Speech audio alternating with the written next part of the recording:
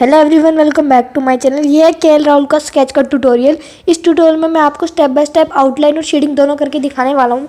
Step by step अच्छे से मैं आपको आउटलाइन ड्रॉ करके दिखाऊंगा और शेडिंग में मैं आपको बताऊंगा भी कहाँ पे कौन सी पेंसिल यूज़ करनी है। सो गाइस, बिना टाइम वेस्ट किए इस वीडियो को स्टार्ट करते हैं। Let's get started.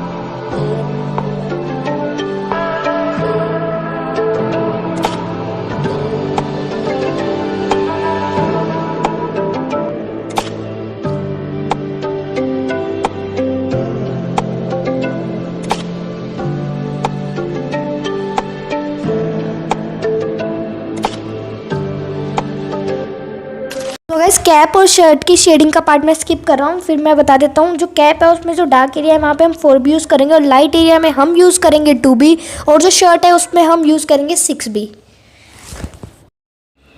So guys, इस स्केच को कर लिया मैंने कंप्लीट। आई होप आपको वीडियो पसंद आई होगी। पसंद आए तो इस वीडियो को लाइक कर देना, चैनल में नए हो सब्सक्राइब कर देना। मिलते हैं ऐसी और भी नई इंटरेस्टिंग वीडियो में। तब तक के लिए बाय, टेक केयर।